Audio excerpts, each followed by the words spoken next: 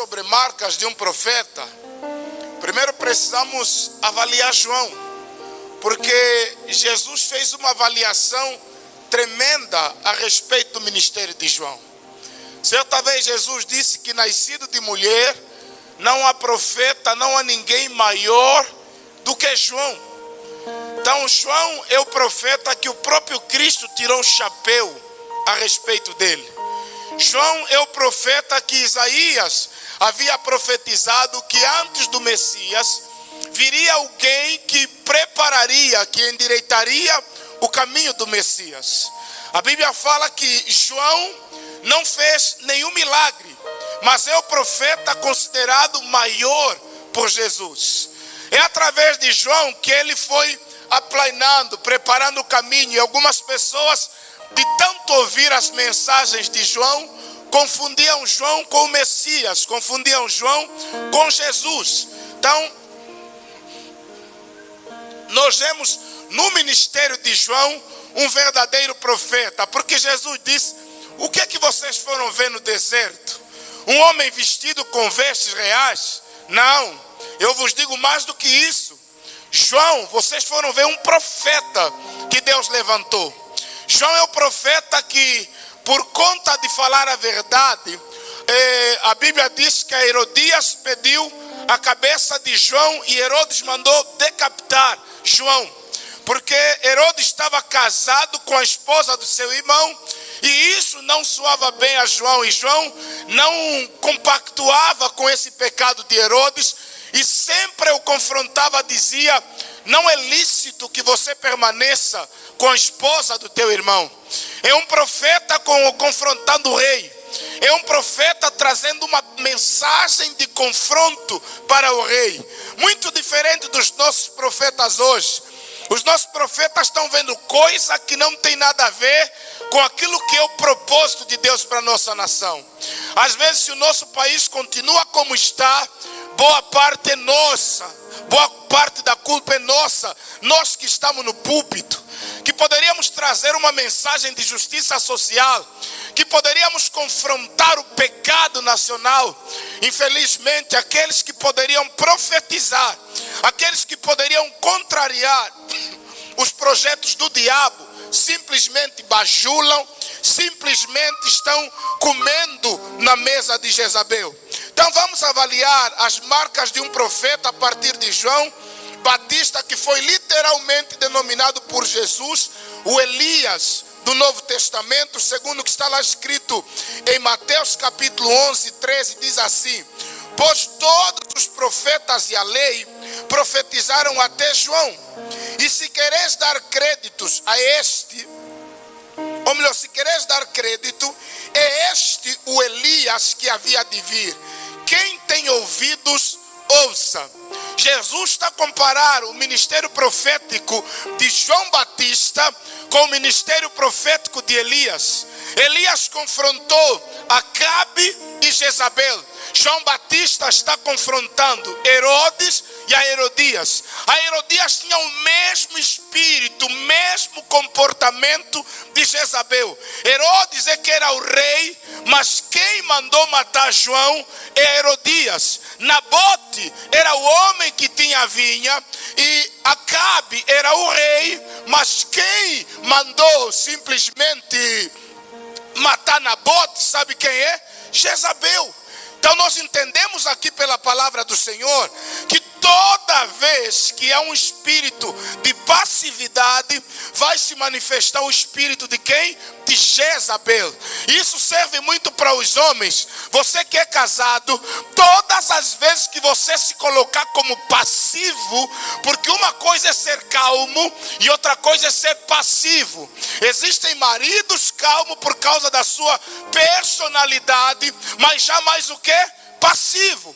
Então a falta de atividade, a falta de reliência do rei permitiu que a Herodias pedisse a cabeça do João. E como prova disso, Herodes amava João Batista. Herodes não queria fazê-lo mal, porque apesar de João confrontar o rei Herodes, a Bíblia fala que Herodes não queria matá-lo, jamais.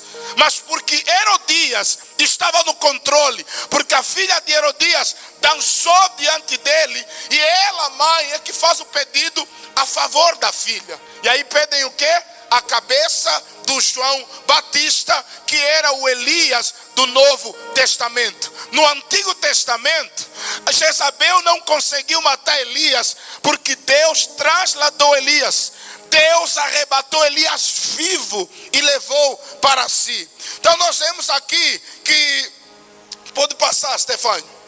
Vamos ver aqui as marcas de um profeta através da vida de Elias. Passa. Certo. As características de um profeta. A primeira... Opa, obrigado. Está muito chique hoje. Mas tinha até que aumentar as calças, fazer esse pantalão, não sabe? Bem pantalão. Vamos lá. A primeira característica de um profeta é: o profeta é aquele que restaura a mensagem do arrependimento. É aquele que chama as pessoas para o arrependimento, para a mudança de vida. Isso é a maior característica de João Batista. E a primeira mensagem do Evangelho é: arrependei-vos. A primeira mensagem pregada por João é arrependimento. A primeira mensagem pregada por Jesus foi o arrependimento. A primeira mensagem pregada pelos apóstolos foi o arrependimento. Então, o profeta de Deus, o verdadeiro profeta, ele não troca o arrependimento pela prosperidade. Ele não troca a mensagem de arrependimento pelo sucesso. Porque tem gente, amado, eu já fui igreja, que quando o profeta foi profetizar na vida dos visitantes, amado, o que ele estava a ver é incrível. Para uma pessoa que veio pela primeira vez na igreja, nós jamais devíamos perder a oportunidade de mostrar para elas a condição delas de pecado, porque é isso que vai levá-las para o inferno. Amado, para ter carro você não precisa ser crente. Para ter um bom emprego você não precisa ser crente. Eu sempre falo isso.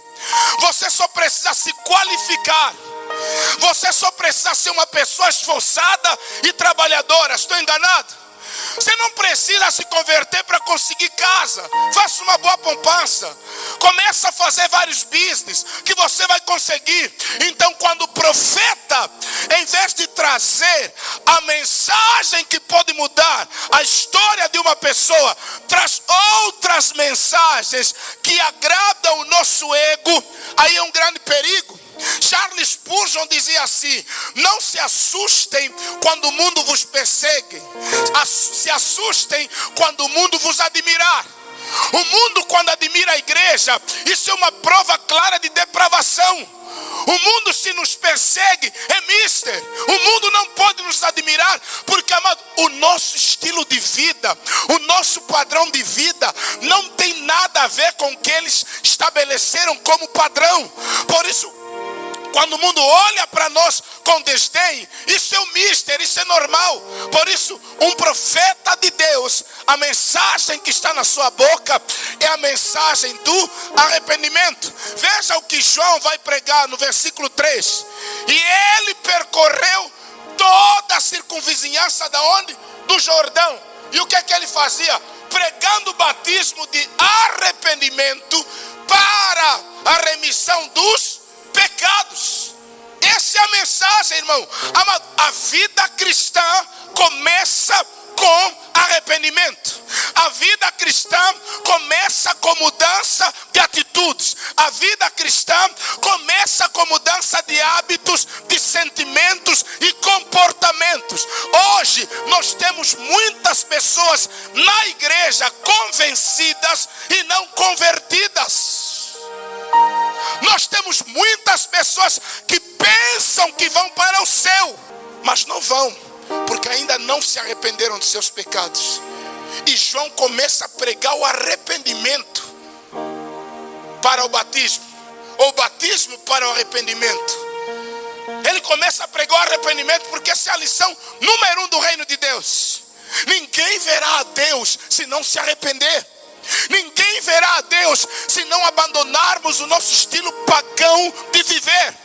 Ninguém verá a Deus se em vez de nós aceitarmos a mensagem do arrependimento, continuarmos a nos enganar com outras mensagens. O que nós vemos aqui, olha, sem arrependimento não há novo nascimento. E sem novo nascimento não ocorrem mudanças. Então toda vez que eu deixo a velha criatura e me faço nova criatura, amado, aí houve o quê? Mudança. Paulo disse: já estou crucificado com Cristo, agora vivo não mais eu, mas Cristo vive em mim.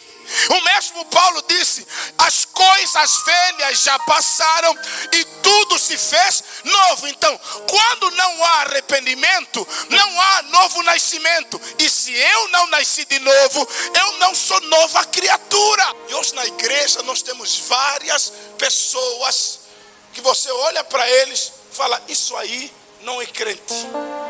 Esse daí não tem nenhuma marca de um verdadeiro crente, porque não se arrependeu, não nasceu de novo. Estão mesmo aqui a tomar ceia, estão mesmo aqui a dar dízimo, dar oferta, mas o nosso comportamento, as nossas postagens, a mulher, a tua maneira de se submeter ao teu esposo, você esposo, a tua maneira de tratar a tua esposa e os teus filhos, prova claramente que você não se arrependeu. Não entregou a sua vida para quem? Para Jesus. Agora, sem mudança, não há vida espiritual. Então a nossa vida espiritual, ela começa com novo nascimento. E esse novo nascimento só vem quando eu tomo consciência de que eu preciso mudar o meu estilo de vida. Amado, ninguém muda sem antes entender que precisa mudar. E amado, como é que eu sei que eu preciso mudar? Deus tem que colocar um profeta verdadeiro na minha vida.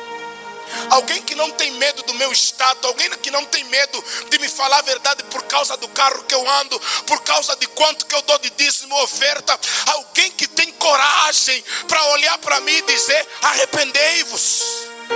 Pensa em João Batista mandando Herodes se arrepender, mandando Herodes largar a esposa do irmão dele que estava casada com ele. Amado, o que nós precisamos para começar a mudar o nosso país, para ver um verdadeiro avivamento nas nossas igrejas, é arrependimento. Por isso a Bíblia diz: o meu povo que se chama pelo meu nome se humilhar, orar e se converter. Esse converter é se arrepender. Esse converter é mudar de formato.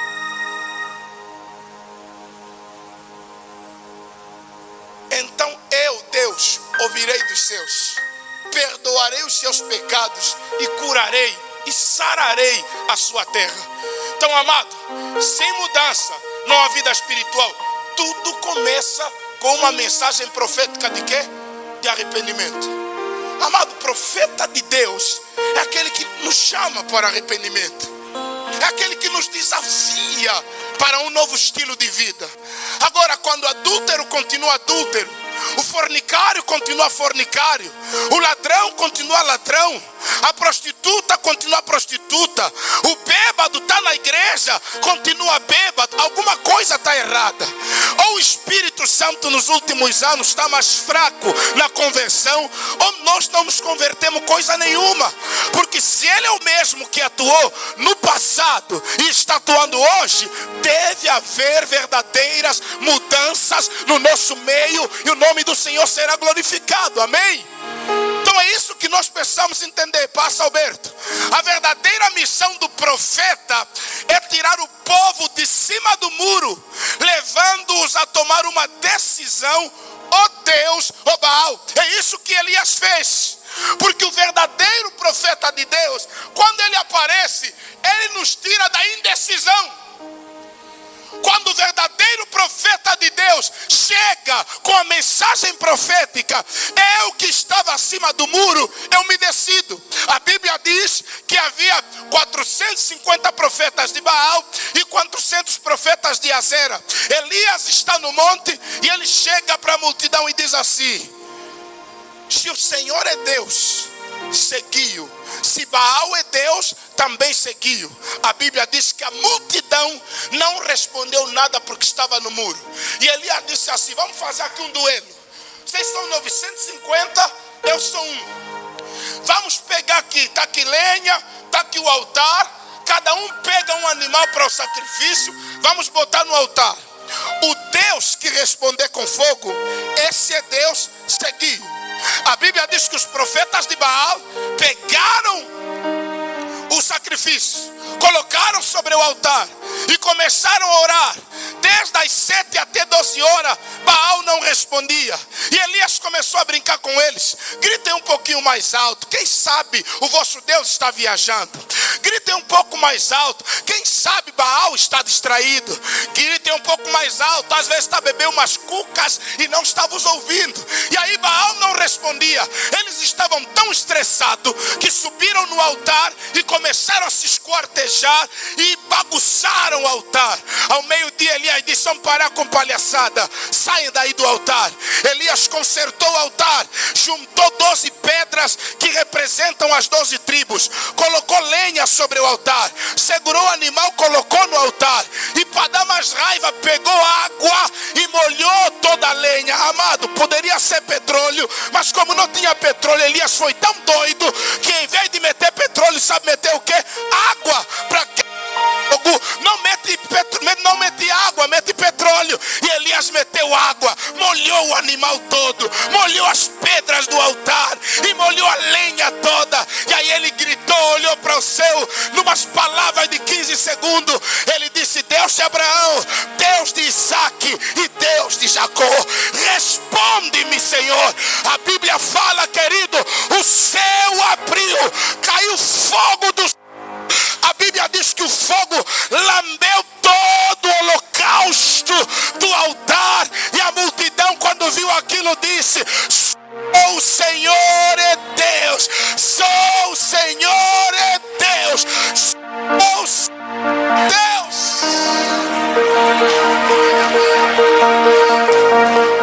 Todos aqueles que estavam em cima do muro, quando viram fogo no altar, saíram do muro e disseram: Elias profeta, o Deus dele é que é Deus. Pegaram os profetas de Baal, naquele dia foi surra, todos os profetas apanharam, mataram todos os profetas falsos. Quando a rainha Geza escutou que mataram os profetas dela, ela mandou uma carta para Elias. Ela disse assim: Elias, tão certo como vive o teu Deus, se amanhã a essa hora a tua cabeça estiver sobre o teu pescoço, eu não sou Jezabel. Amado, o Elias, o cara que ontem estava cheio de autoridade, saiu a correr, a fugir de Jezabel. Ficou no monte, chegou no monte e disse: Senhor, mata-me. Amado, se ele quisesse morrer, era só ficar na cidade, não precisava ir orar para morrer. Porque às vezes nós estamos a pedir morte, mas não queremos nada morrer. Jezabel queria fazer o serviço, ele fugiu. Então ele não queria morrer, porque se quisesse morrer mesmo, ele ficaria na cidade. Ele fugiu da Jezabel. Mas depois que caçam Elias, procuram Elias em todo o tempo, Deus lhe aparece. Deus o supre com pão e água, ele come e reaparece. E manda avisar para Acabe: há 3 anos e meio que não chove, mas manda ele para ir para casa agora, porque está a vir uma grande chuva. Não é Baal que vai mandar, é o Deus Todo-Poderoso. Então um profeta verdadeiro, ele nos chama para tomar decisões radicais em nome do Senhor Deus Todo-Poderoso. É aquela coisa que as pessoas dizem: eu não entendo por que agora ele está assim. Fizeram uma lavagem cerebral. Não é lavagem cerebral. É que a verdade é tão verdade que quando ela chega na nossa vida, nós tomamos decisão. Amém? Não é lavagem cerebral. É porque alguém chegou e olhou para nós e diz assim: está errado. E o ser humano não gosta de alguém que lhe diga: está errado. É por isso, ore a Deus para que coloque um Elias na tua vida, que diga para você: está errado, porque quem te fala está errado. Esse cara quer te ver no céu. Quem te prega a verdade, essa pessoa quer te ver no céu. Porque João poderia falar sobre prosperidade. Sabe o que João falou? Arrependimento, mudança de vida. Deus abençoe, minha mãe. Porque, amado, toda vez que nós ouvimos a mensagem do arrependimento, nós precisamos mudar.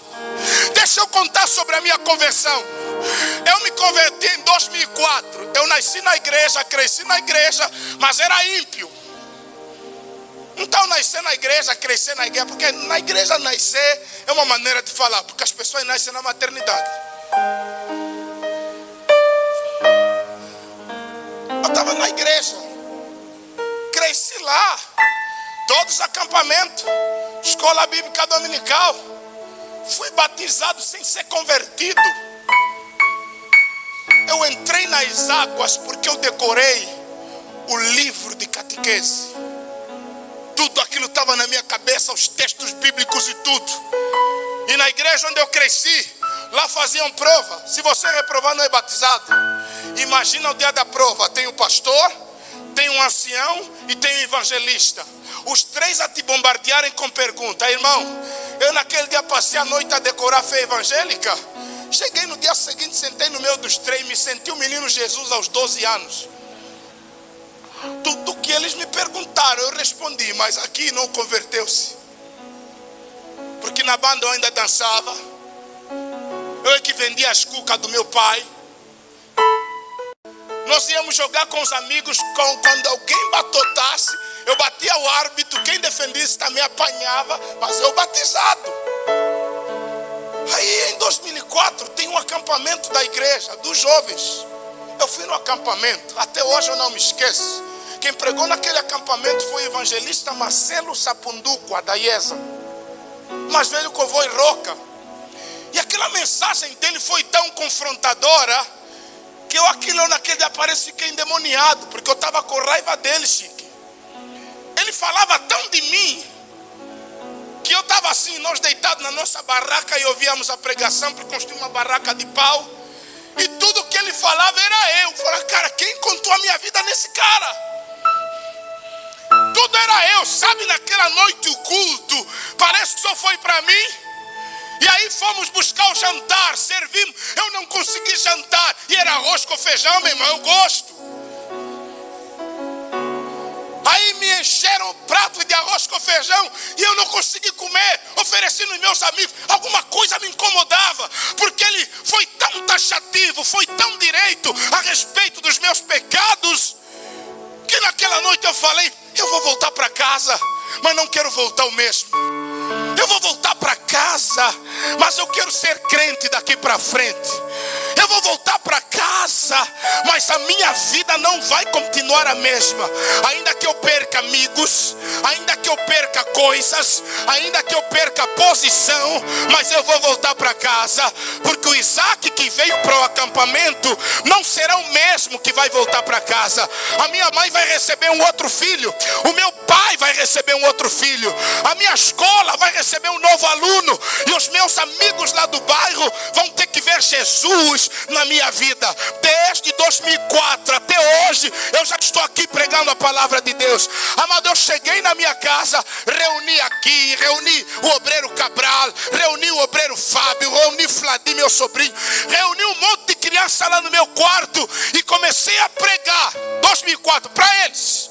Tudo que me falaram lá, eu lhes mandava se converter também lá no quarto. E até hoje não parei, porque, amado, tem alguém que apontou na minha cara e dizer assim: você pode ser batizado e ir para o inferno, você pode ser da igreja e ir para o inferno, o teu pai pode ser ancião, bispo, pastor ou padre, ou até papa, mas você ir para o inferno se você não se arrepender. Por isso o arrependimento é a primeira mensagem. O arrependimento é a mensagem que restaura a nossa vida. E se você quer se arrepender, pode dar um grito de glória aí nessa manhã, essa noite.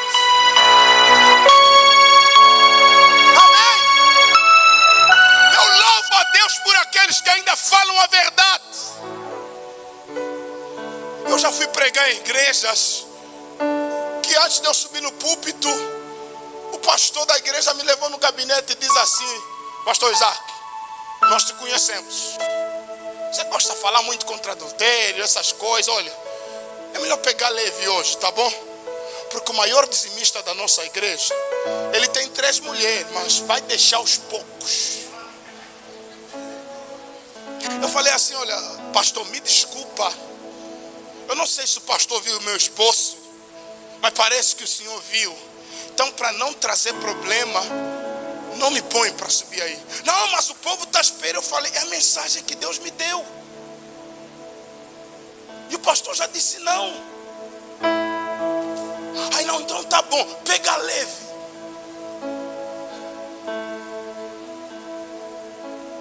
Amado, é assim que as pessoas estão indo para o inferno. Porque elas não podem ser confrontadas, porque vão sair da igreja com cara feia. Você sabia que hoje, Chique, não é o povo que se converte ao pregador ou à mensagem, é o profeta que se converte aos desejos do povo. Então hoje nós não somos mais profetas, sabe? Somos o quê? Garçom. Que pergunta assim: o que é que você quer comer, minha filha? Eu gostaria que pregasse sobre prosperidade. O pastor não está vendo nada assim de prosperidade na minha vida. Eu estou tão desanimada, estou tão triste sentimentalmente. Pode falar sobre namoro, que vamos conseguir um aí já. E aí o profeta profetiza mediante o coração dos irmãos.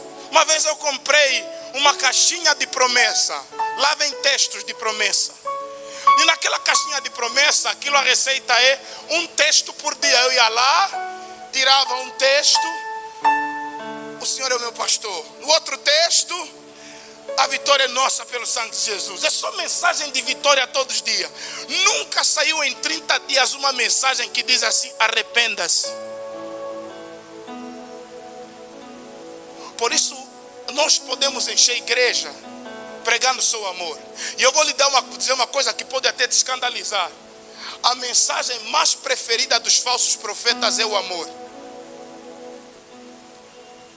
Entendeu? Vou repetir. A mensagem mais preferida dos falsos profetas é o quê? O amor. Por quê, pastor? Eles não pregam justiça. Ele não prega arrependimento, então ele se refugia no amor, porque ele acha que quem chama raça de víboras não ama. Eles acham que quem confronta o pecador não ama. E a ideia é o contrário. Quem nos fala a verdade, quem nos confronta é que nos ama. O falso profeta fica a falar: Deus te ama, por isso Ele te ama, Ele vai te dar isso. Ele te ama tanto que vai te entregar tudo. Se Deus Jesus, como não vai te dar todos os coins aí da terra? Quando na verdade você sabe que você está indo para o inferno. Quando na verdade você sabe que quando fechar os olhos você vai perder a sua alma. Quando na verdade, amado, quem vai para o inferno sabe que vai para o inferno. Ele vai dormir, sabe que vai para o inferno. Vai trabalhar, sabe que se eu morrer vou. Amado, os que vão no céu também sabem e sentem. Não é porque você pecou ao chegar aqui que você vai para o inferno. Não é nada disso. Mas quem vai ir lá, ele já sabe. E nós queremos mais brincar com eles. Segunda característica, vai. Do profeta. A voz do que clama no deserto. Essa era a missão do João Batista. Amado, todo profeta passa pelo deserto e não se assusta quando alguém está no deserto. A teologia da prosperidade diz que quem sofre, quem padece de uma enfermidade, tem problemas financeiros, tem problemas sentimentais, está em pecado. Mas a teologia bíblica nos mostra o deserto como a faculdade de Deus. É no deserto onde o nosso caráter é forjado. É nos desertos onde Deus nos pega e nos lava de toda mania.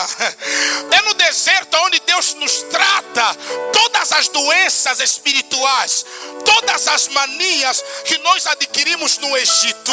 Quando nós chegamos no deserto de Deus, Deus nos trata. Então João Batista, ele é a voz que clama no deserto. Olha como o texto diz, como está escrito no livro das palavras do profeta Isaías: voz do que clama no deserto, preparai o caminho do Senhor, endireitai as suas veredas. O que é o deserto? O deserto é lugar de tratamento de Deus. Os momentos mais difíceis, mais áridos, os mais quentes e as noites mais frias, eles são vividos no deserto. Amado, quem já experimentou um deserto na vida? Levanta a mão e diz amém. Você que não experimentou, é profético, vai chegar na tua vida. É profético.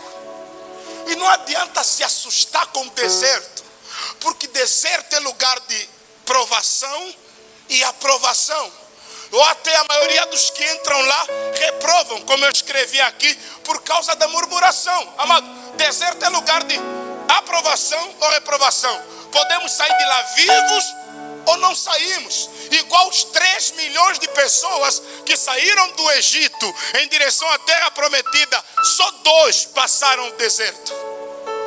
Imagina numa multidão de 3 milhões e meio de pessoas, todos morrem no deserto. Só Josué e só Caleb passaram pelo deserto. Ou seja, um profeta de Deus, ele nos dá consciência, ele nos instrui a respeito de como passar pelo deserto. Ele não nos ensina a fugir os desertos, ele não nos ensina a evitar os desertos, mas ele nos ensina a preparar-se para nós passar pelo deserto, ser aprovado no deserto, porque o deserto é o lugar de aprovação da geração de Josué e de Caleb. Eu não sei qual é a luta que você enfrenta, mas eu tenho uma certeza da parte de Deus que você vai sair melhor desse deserto.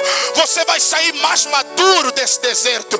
O que é deserto, pastor? Dificuldades, lutas, abandonos. É que no deserto você está lá, você ama, parece que Deus não ouve. É que no deserto você não tem amigos.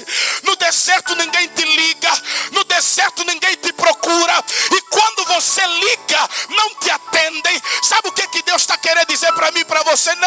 Não é para pedir socorro. Agora é com você. A prova é individual. Não é para chamar mais ninguém. Porque as aulas é público. Você está recebendo hoje uma aula pública. Mas a prova, quando chegar na tua vida, ela vai ser individual. Deus está falando com todos, mas na hora do deserto ele te isola, ele te separa. Mas quando as lutas chegarem, você terá ajuda, o suporte do Santo Espírito de Deus. Se alguém está comigo, aplauda e glorifica o nome do Senhor.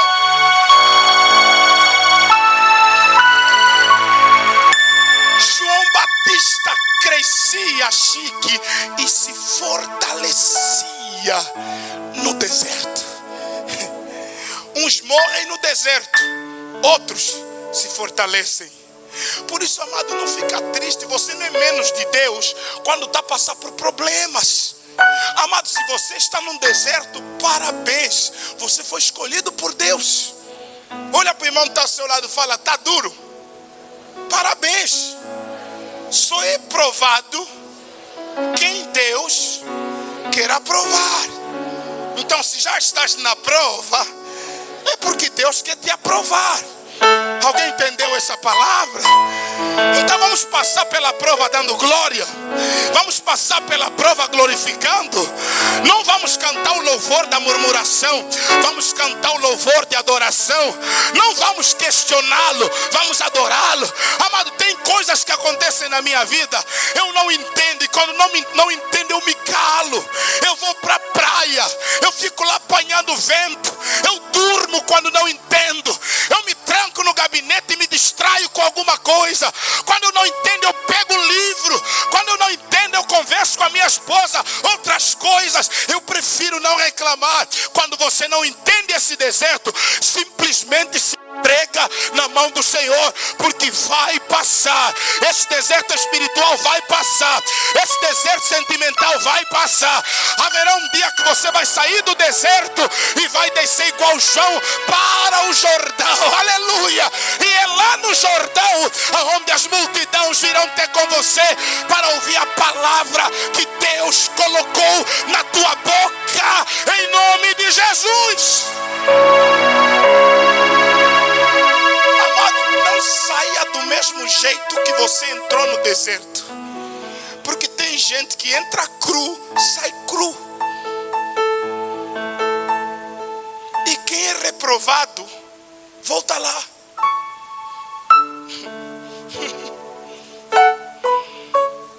Tem coisa que estão a repetir na tua vida, é porque você não aprendeu na primeira lição. Então Deus fala, como não aprendeu, volta. Ele tem que, até ele aprender. E Deus não tem pressa em nos tirar do deserto. Não aprendeu, volta. Não aprendeu mais, volta. Até você aprender. É igual na escola. Não aprendeu, reprova o gajo. Não aprendeu, reprova. Amado, eu fui dar aula e fazer exame final numa escola. E na turma onde eu calhei, aí fiz lá o exame final, levei todas as provas, fiz a mini pauta, aprovei os que tinham que aprovar e reprovei os que tinham que reprovar.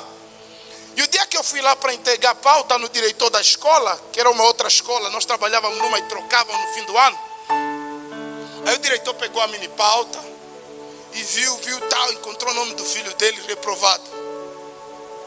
Ele disse assim, professor Isaac, eu disse, sim, chefe, meu filho está reprovado.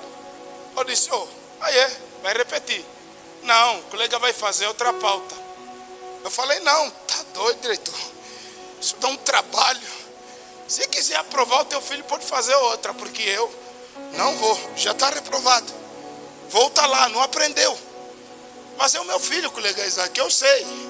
Mas está reprovado, não sabe. Eu quase falei, mas é burro. É teu filho, mas é burro.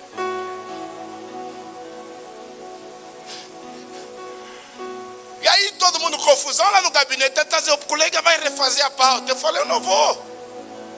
Eu só peguei pauta e fiz. Nem sabia ser filho do ministro, do presidente. Só sei que eu fiz. Os que tinham que aprovar estão todos aprovados. Mas quem está aí a vermelho é mesmo porque não deve. Então, querido, não adianta você querer subir num nível que você não tem maturidade para tal nível. Nós às vezes estamos a querer estar em níveis que ainda nós não amadurecemos o suficiente para estar lá. E deserto é a monografia espiritual. É lá onde você vai preparar a tua tese para depois se apresentar publicamente.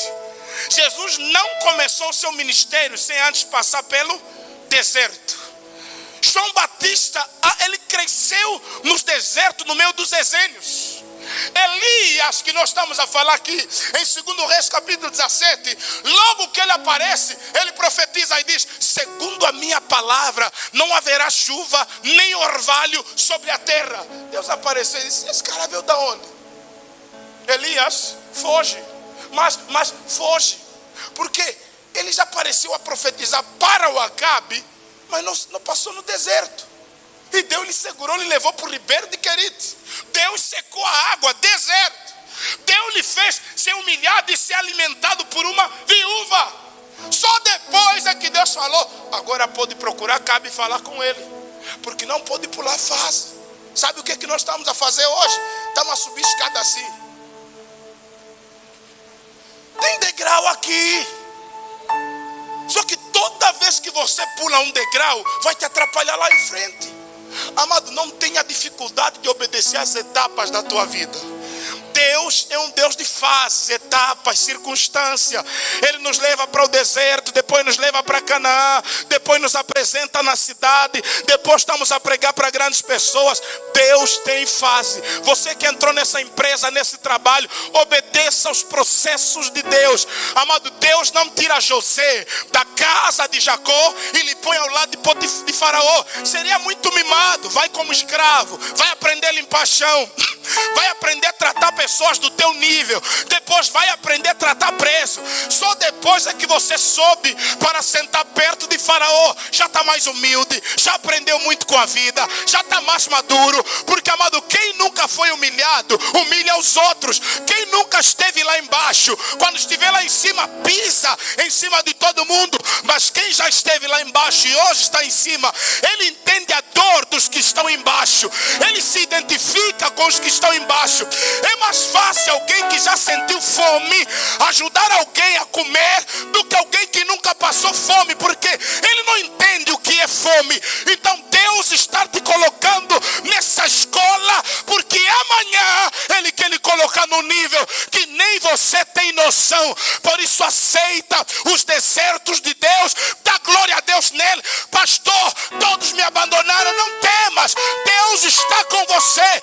Todos me esqueceram, não temas, Deus está com você, e a vitória é tua pelo sangue de Jesus. Aplauda e glorifica o nome do Senhor. Amém. Não fica com medo, amado. O deserto é a nossa FAO, crise é a nossa FAO. O povo de Israel no Egito, quanto mais apanhavam, mais cresciam. Então às vezes Deus permite para nós apanhar, para ser casca grossa. Eu às vezes vejo os nossos filhos hoje, que só ficam em casa, não saem, são muito frangote. Você vai lá nos bairros, aquele miúdo começou a sair já de casa de manhã aos 5 anos. Hoje tem 10. Ele truquia mais velho, verdade ou mentira? Ele olha, cheio, meu conta, que meu conta, cheio. Tá maluco, cheio, meu conta, cheio. Vou te apedrejar. Agora nossos filhos que só ficam em casa é tudo bolo fofo, eu não é? O cara não consegue se defender no colégio, não consegue se defender na escola, por quê? Os pais lhe privaram de algum deserto. Deixa esse teu filho às vezes brincar lá fora, deixa ele apanhar surra para amadurecer. Não vai fazer fundanga. Então, cara, filha, então, cara, não faz isso. Quando lhe darem, fala assim: você não tem mão também? Ele é da tua idade? Tem quantos anos? Tem 9. Você tem quantos? 18. Então, 1 ano só. Se pegam nas camisas. Não, porque, amado, não estou a incentivar aqui a violência, mas eu estou a querer dizer que as crianças que cresceram no sofrimento sabem sobreviver. Amado, na rua às vezes eu encontro crianças menores do que o meu primogênito. O cara sabe atravessar a estrada, o cara sabe pedir, o cara conhece dinheiro. Se ele dá 5 pau, ele sabe que isso é 5 mil. Nossos filhos pegam 5 mil e acham que aquilo é qualquer coisa. Por quê? Deserto. Tem gente aqui que aprendeu a vender tudo, sabe por causa de quê? Deserto. As nossas mães aprenderam a cozinhar tudo, sabe por causa de quê? Deserto. E as mulheres de hoje que na arca dela tem frango, tem moelas, tem fígado, ela fica lá parada a olhar aquilo e diz assim: não sei o que é que vou cozinhar.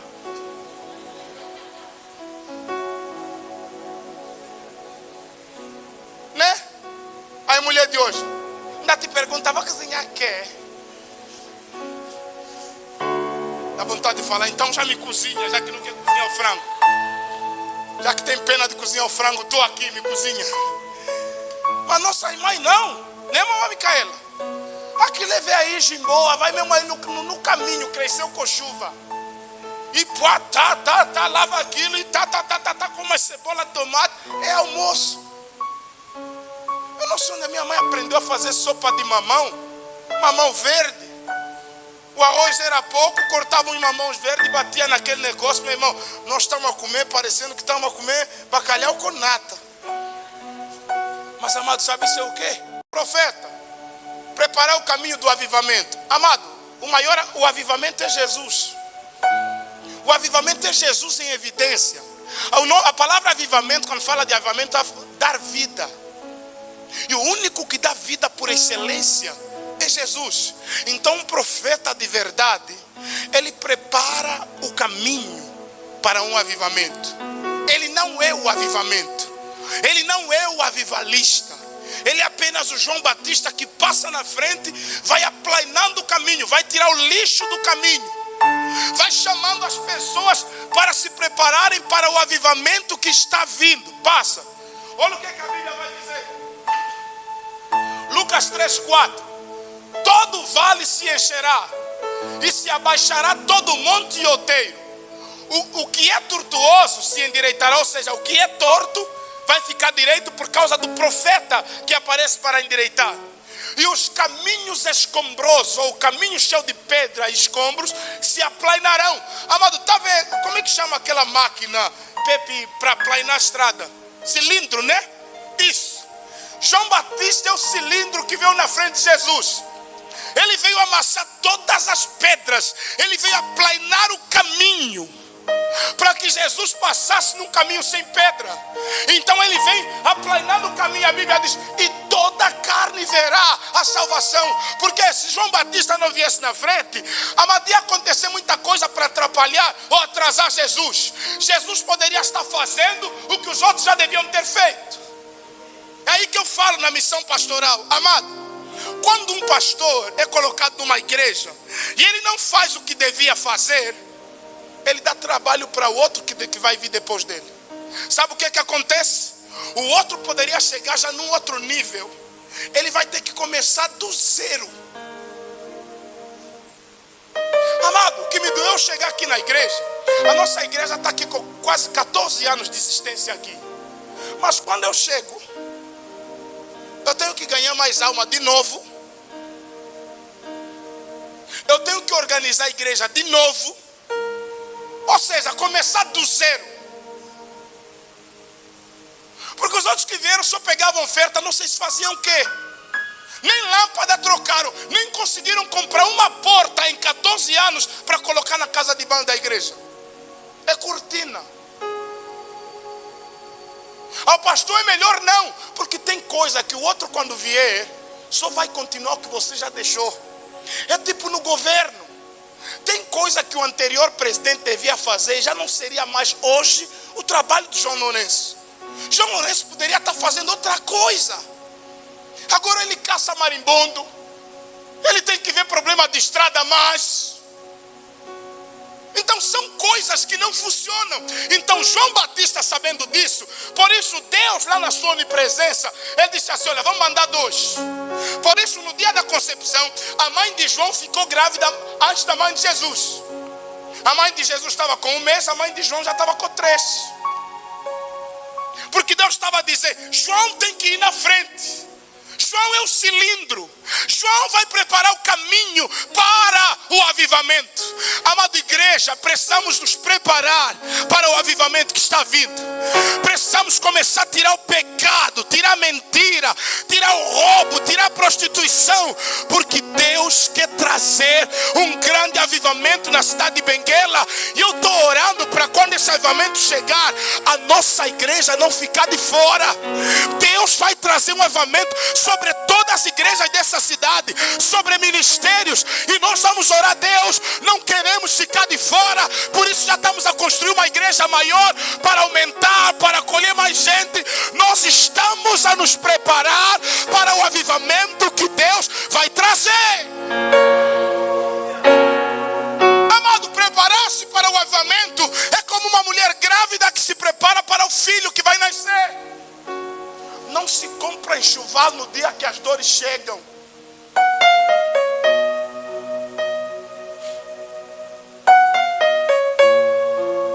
Eu acompanhei um cara, um irmão. A mulher foi nascer. Depois que o bebê veio, estava falando: não tem fralda. Aí pastor, me dá boleia. Vamos comprar fralda. Aí fralda. Depois falta botinha. Aí vamos lá na Praça do 4 comprar botinha. Quando chegamos na porta do hospital, não é só botinha, também chapeuzinho. Essa irmã estava grávida, ela estava pensando que ia nascer tablet e iPhone. Porque uma mãe que tem juízo sabe que aqui vai sair bebê, e bebê tem que comprar botinha, tem que comprar chapeuzinho, tem que comprar fralda, tem que comprar, vai lá, outras coisas. E para nós que queremos o avivamento da parte de Deus, temos que começar a tirar tudo aquilo que atrapalha o avivamento. Deus não vai avivar uma igreja que esconde o pecado. E esconde os pecadores dentro dela. Deus não vai avivar uma igreja que a mentira começa no púlpito e termina nas cadeiras. Porque não adianta nós trazer uma mensagem mentirosa. Irmão, nós podemos mentir e vocês saírem daqui, o culto foi fogo, mas é mentira. Amém? Então João, o que ele está fazendo? Ele vai preparar o caminho. É por isso que o ministério profético ele é perseguido. Porque ele amassa o pecado. O cilindro onde passa não alisa. Tudo que ele pisa se desfaz. Vai ver quando estão a asfaltar a estrada, até pedra quebra. A pedra vira farinha, porque o cilindro passa. É assim que se prepara o avivamento. Passar cilindro nos irmãos, passar o rodo nos irmãos. Não ficaram com medo, né? Onde tiver caboclo ou inflamação na tua alma, o cilindro da palavra está chegando. O carpinteiro usa plaina, né? Vai plainando o cara. O pedreiro usa talocha, vai sarrafando onde tem coisa. E ele fica lá, até ficar direito. Tem gente que está sendo sarrafado, aplainado pelo Espírito Santo. E não é à toa que Jesus é o carpinteiro da Galileia. Alguém disse que pau que nasce torto, morre torto. Não, até se encontrar com um carpinteiro chamado Jesus. Ele endereta pau torto. Madeira torta ele conserta. Amado, é isso que o cilindro faz na nossa vida. Então, amado, o verdadeiro avivamento, quando ele chega, o verdadeiro profeta, ele nos prepara para um avivamento. E há avivamento quando o pai volta para casa. Há avivamento quando há arrependimento e mudança na família. Me dá rápido os pilares do avivamento, lá atrás. Isso aí. Vai. Não, para frente, você está indo atrás, não? Característica do avivamento, vai. Isso aí, os pilares. O primeiro pilar do avivamento, restauração familiar. A grande chave do avivamento e crescimento qualitativo da igreja reside na restauração familiar. Passa, por essa razão, vai. Por isso João fez questão de reprovar publicamente o exemplo dado por Herodes e Herodias, que tinham um desígnio maligno. João sabia que Jesus vai vir para trazer um grande avivamento, mas não iria acontecer avivamento por enquanto o líder da nação está casado com a esposa do irmão. Então o que é que João faz? Porque, amado, os nossos cabeças determinam muita coisa que acontece na nossa vida espiritual e na vida da nação. Se a cabeça está mal, todo o corpo está corrompido. Amado, todos os problemas, a maioria que vemos nas bases, é problema das cabeças. Amém? E aí eu lhe digo, pastor mentiroso, vai ter ovelha mentirosa. Falso pastor, falsa ovelha. Falso profeta, falsa ovelha. Amado, assim como é o pastor, assim é a igreja. Então nós precisamos entender aqui que a primeira coisa para que haja um grande avivamento, tem que haver o quê? Restauração familiar. E João começou a contrariar Herodes, dizendo: põe em ordem a tua casa. Você é o rei da nação. Você é o líder da nação. Está casado com a tua irmã, com a mulher do teu irmão. Qual é o exemplo que você dá para a nação? Qual é o exemplo que você passa para os outros que também querem casar? Você quer promover o quê?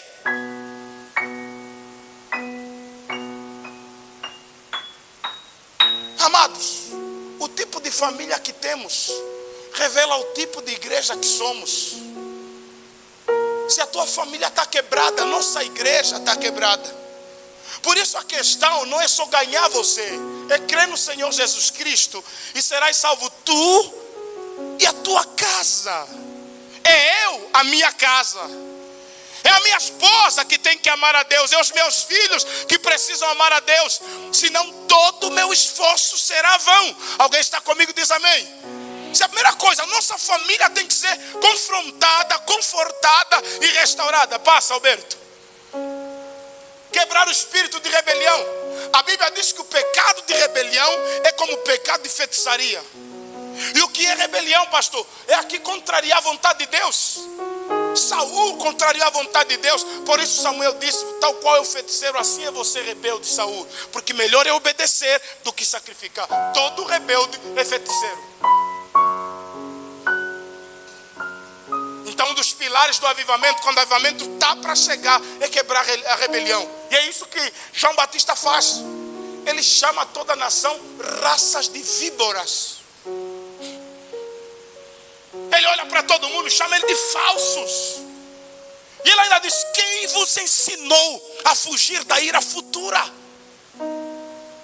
Vocês são cobras. Isso que João Batista está dizendo para toda a nação. É os líderes políticos, é os religiosos, fariseus e saduceus e escribas, são tudo cobra. Porque são eles que mandaram matar Jesus. São eles que perseguiam João. É eles que perguntaram para João: se você não é o Messias, por que prega arrependimento? João disse: eu não sou o Messias, mas eu sou a voz que clama no deserto. Eu não sou ele, mas eu estou falando a respeito dele. Porque o profeta não fala dele, é de quem o enviou. Amém? Vamos lá. Outro pilar. Preparar para Deus um povo bem disposto. Amado, o avivamento ele vem quando a nossa disposição e disponibilidade. Disposição fala da alegria que nós temos, o ânimo que nós temos para fazer. Disponibilidade fala do tempo que nós temos para Deus. Deixa eu perguntar para você, irmão: você ama Jesus? Você está buscando com que esforço? Vou lhe dar um exemplo prático aqui. Imagina que você escuta, ou melhor, você compra um terreno e alguém te fala assim: é 1000 metros quadrados. Nesses 1000 metros quadrados aí, enterraram um cão. Você vai ficar tempos e tempos a cavar procurando enterrar o cão? Ah, irmão? Mas se te diz assim: olha, nesses teus 1000 metros quadrados, alguém enterrou aí um tesouro. O que você faz, querido? Você vai cavar de joelho, em pé, deitado, vai revirar 1000 metros quadrados de terra até encontrar o quê? O tesouro. Estou enganado? Por que não faz o mesmo com um cão podre? Não tem valor. Eu fiz essa comparação só para lhe dizer assim: o valor que nós damos para Jesus vai nos fazer buscá-lo com afinco. Vai nos fazer esquecer tudo, até nós encontrá-lo, desfrutar com Ele e se relacionar com Ele. Porque se Cristo tem um valor na minha vida, eu vou estar disposto a encontrá-lo, não importa se for como. Se alguém me dizer que você só vai sentir Jesus se orar deitado, eu vou deitar. Se alguém me dizer que eu só vou sentir Jesus se eu me pendurar nesses tubos aí, eu vou arranjar maneira de orar pendurado, a balançar aí, mas eu vou querer sentir a presença de Jesus. Porque, amado, não há avivamento quando não há fome de avivamento. Não há avivamento quando não há desejo de avivamento. Sabe qual é o maior problema? Hoje as pessoas não têm fome da palavra. As nossas igrejas estão cheias, não de pessoas que querem Deus, estão cheias de pessoas com bué de problema, que me falaram assim: o papá fulano resolve, é especialista. Nós não enchemos a igreja porque queremos Deus. As igrejas estão cheias porque o profeta está a revelar, o profeta está a descobrir quem está a te bruxar, e aí nós vamos lá. Por isso eu falo que a igreja angolana não cresceu, inflamou. O que eu vejo mais hoje é a igreja inflamada, porque o cara não sabe a verdade. Tem muito crente, está há 20 anos na igreja pentecostal, ainda fala assim: vou ir rezar. Ô irmão, 20 anos na igreja pentecostal, você não sabe a diferença entre orar e rezar? 20 anos na igreja pentecostal, você não consegue orar 5 minutos. Ô irmão, estamos doentes. O cara está 20 anos na seita, nessa igreja, mas ainda ele é controlado por espiritinhos, comportamentos malignos. Estamos com comportamento de menino. Então nós precisamos de fome e sede da palavra. E Deus falou que nos últimos dias derramaria sede e fome. Não sede de água, nem fome de pão, mas fome e sede da palavra. Ele diz: eu quero a palavra, eu busco a palavra. Porque nós queremos Exô, queremos Irmã Sofia, queremos Bambila, queremos ouvir aí música. Se houver um concerto gospel, enche. Mas se houver estudo da palavra, a igreja fica vazia. Por quê? Por isso, quando a tentação vem, quando os problemas vêm, quando as lutas vêm, nós não conseguimos vencer, porque procuramos um texto na nossa cabeça para dar resposta àquela tentação, para dar resposta àquele problema. Não encontramos nenhum texto. E quando você não encontra nenhum texto na tua cabeça diante de uma tentação, o que é que acontece? Você é presa fácil. Como é que a gente vence a tentação? Na hora que ela vem, tem um texto para aquilo. É tentação de roubar, tem um texto para aquilo. É tentação para adulterar, tem um texto para aquilo. É tentação para mentir, tem um texto para aquilo. É tentação para fugir, que quando não é para fugir, tem um texto para aquilo. Eu estou sendo tentado a ter medo, tem texto. Eu estou sendo tentado a desistir, tem o quê? Texto. Mas quando eu não lembro nenhum texto da palavra, o que é que acontece? Eu paro. E se alguém morrer, tem texto. Se alguém me largar, tem texto. Ainda que o meu pai e a minha mãe me abandonem, o Senhor nunca me deixará. Jesus disse: estarei convosco todos os dias, até a consumação dos séculos. Então os que vão, boa ida. Os que ficam, fiquem bem. Quando eu não tenho o texto da palavra do Senhor, eu vou quando as pessoas vão. Eu paro quando me dizem para, quando na verdade não era para eu ter parado. Amém, irmãos? Passa aí, filho.